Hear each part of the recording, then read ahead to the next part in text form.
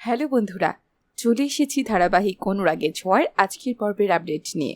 আজকের পর্বের শুরুতেই দেখা যায় সবাই সূর্যকে থামাবার চেষ্টা করতে থাকে, কিন্তু সূর্য তার দীপার কাছে যাবার জন্য উঠে পড়ে লেগেছে। ঠিক সে সময় বাইরে থেকে চিৎকারের শব্দ শোনা যায়, সকলেই ছুটে যায় সেদিকে।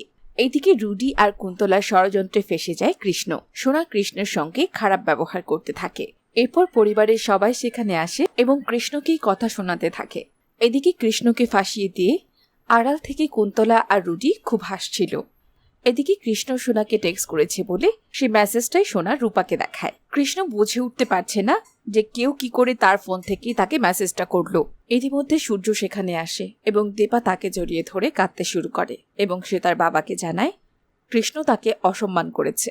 এইদিকে সোনা কৃষ্ণকে বলে তার মেসেজটা দেখাতে, কিন্তু আশপাশের লোকেরা তখন নানান রকম বাজে মন্তব্য করে। জয় তখন তাদের সেখান থেকে চলে যেতে বলে।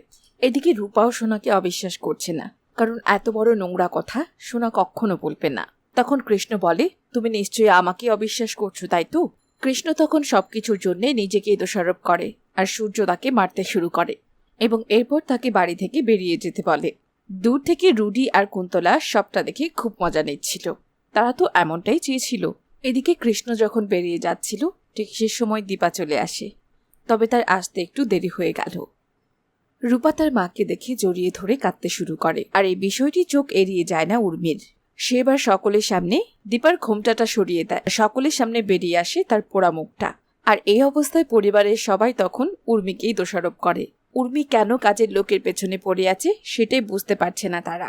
এদিকে রান্নাঘরে উর্মি যখন কাজ করছে সেখানে কুন্তলা চলে আসে এবং উর্মিকে বোঝাবার চেষ্টা করে এটাই দীপা, কিন্তু উর্মি এ কথা কিছুতেই মানতে রাজি নয়। কিন্তু কুন্তলা খুব ভালো করেই জানে এই দীপা। আড়াল থেকে লাবণ্য সবটা শুনতে পায়।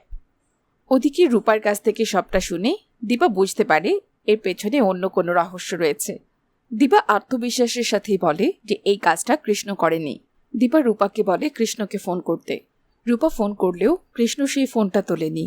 এদিকে সূর্য সোনাকে নিয়ে খুব চিন্তা করছে, সে এখনো খাবার খায়নি।